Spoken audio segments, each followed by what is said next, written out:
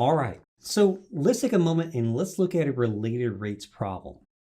In both of these situations, we're looking at a sphere. In the first problem, we're looking at the change in the volume of a balloon as we're pumping air in. In the second problem, we're looking at the change of a snowball as it's starting to melt. In each case, I do want to use my volume equations for the sphere and my surface area equation for the sphere. The volume of a sphere, that's going to correspond to 4 pi over 3 r cubed. In the surface area, that's going to correspond to 4 pi r squared. Now, a great way to remember this is if you take the derivative of the volume, you do get the surface area. And there's a reason as to why that's the case. We're not quite there yet, but we'll get there soon enough. So hold on, we'll be there before you know it. Now, in both of these cases, volume, radius, and the surface area, they're all functions in terms of time. So whenever I'm taking the derivative, I'm taking the derivative with respect to t. Now, I could say dv dt, but that's going to make this a little bit muddled up. It's going to make it a little bit hard to read. I'm just going to say v prime, noting that this represents dv dt. It's a little faster to say v prime than keep writing out dv dt, so I'm just going to write out dv. So we'll have 4 pi r squared, and since I'm taking derivative with respect to time, t, I need to also tack on my r prime. Likewise, I'll have s prime. We'll have 8 pi r prime. Now, in the problem, we're trying to figure out what's going on with the surface area of the balloon. Here's the equation I'm really after. But in order to figure out what's going on with the surface area, I got to know what's going on with the radius, and I got to know what's going on with r prime. Well, in the problem, we know that r is going to be half the diameter, and that's given. That's going to be 15 over 2. We could take that, and we could drop that in. We can simplify it down a little bit. 2 goes in the 8 4 times. And I just want to kind of leave the 15 alone here for a moment, and you'll see why. And r prime. Well, to figure r prime, I got to go to the first equation, my volume equation, and I need to start plugging some things in. Well, we know that the change is going to be 6 cubic feet per minute. And since I'm pumping air into the balloon, and V measures the volume of the balloon, that would mean then the volume is changing in the positive direction, is increasing. So I'm going to keep it at 6. I don't want to have negative 6. Negative 6 would indicate that volume is being removed from the balloon. Okay, so I'm going to take everything, I'm going to plug it in. And the radius, again, is going to be 15 over 2. I'm going to take it, I'm going to square it. I'm going to have r prime. Now, here, I'm going to divide everything over. I'm going to have 16 over 4 pi. And here, this is going to leave me with 4 over 15 squared. Okay, again, we're going to have 15 squared over 2 squared, which is 4. We're going to do a fast keep change flip on it. And again, what we're doing is we're trying to find s prime. So I'm going to take this and I'm going to plug it in. Now, it's going to be a time waste if I go through here and I simplify. You know, I could have first simplified, I could have said 3 over 2, but I'm looking a little bit ahead in the calculation, and I'm seeing that eventually I'm going to divide out the 4.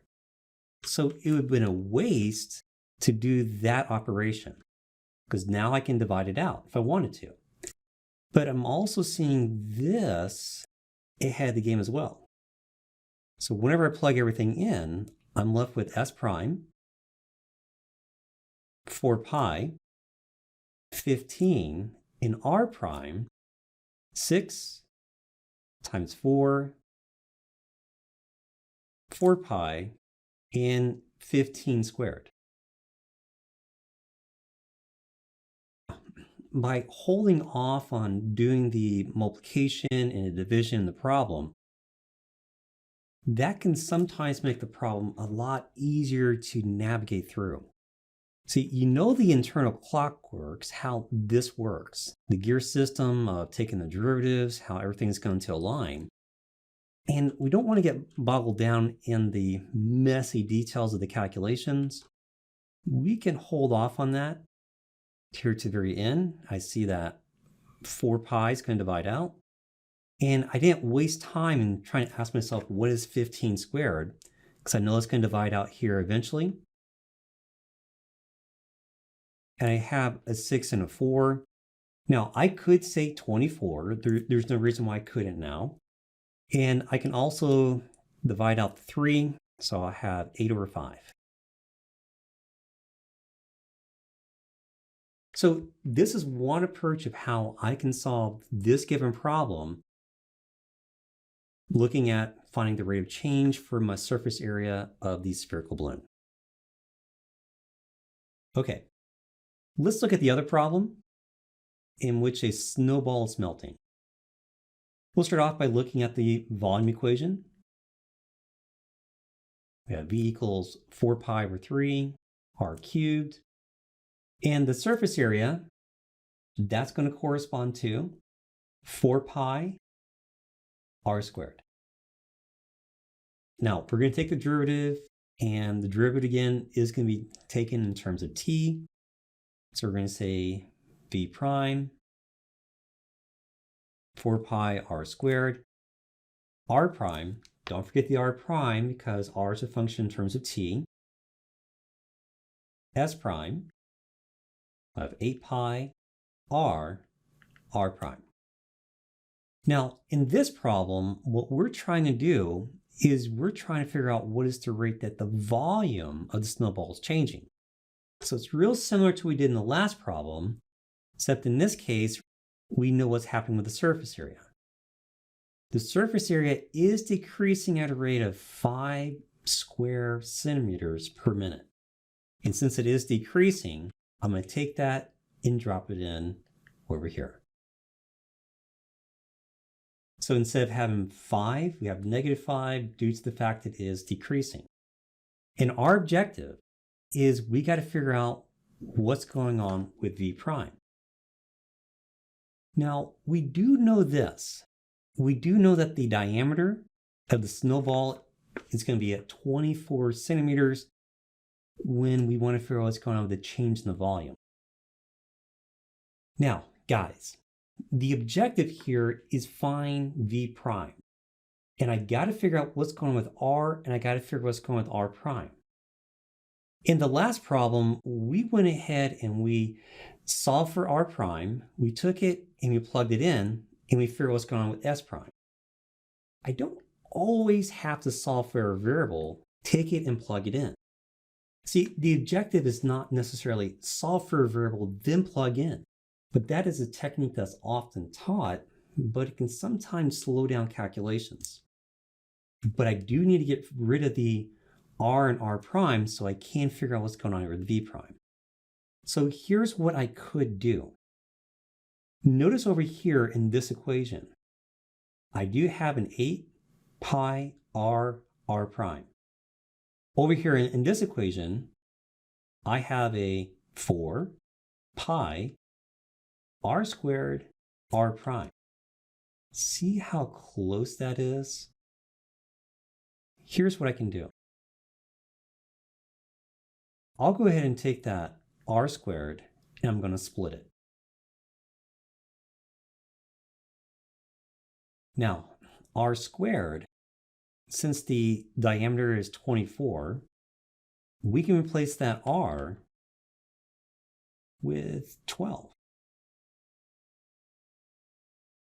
And 12 is 6 times 2. I'm going to take the 2. I'm going to multiply it by the 8. And this will get me 8 pi r prime times 6. Notice what I didn't do. I didn't solve for the variables and start plugging it in and start going through the calculations. I could have.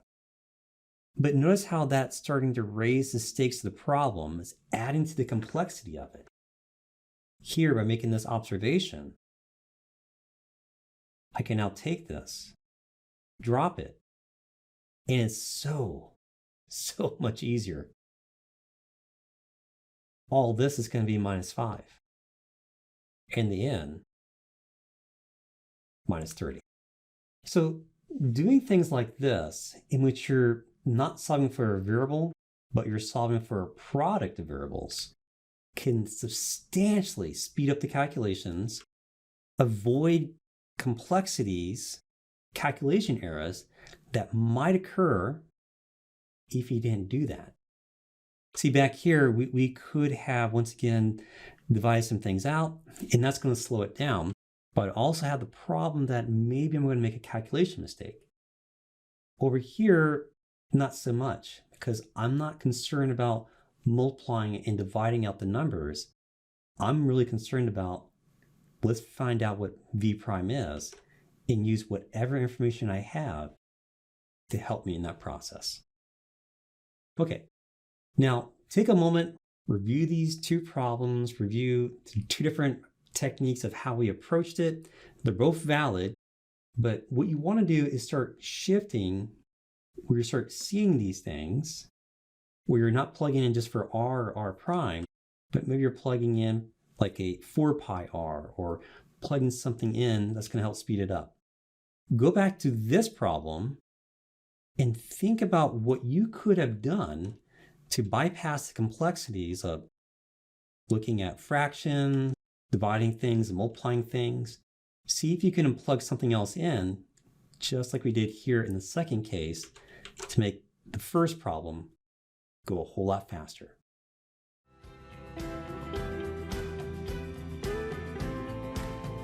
If you need anything, just let me know.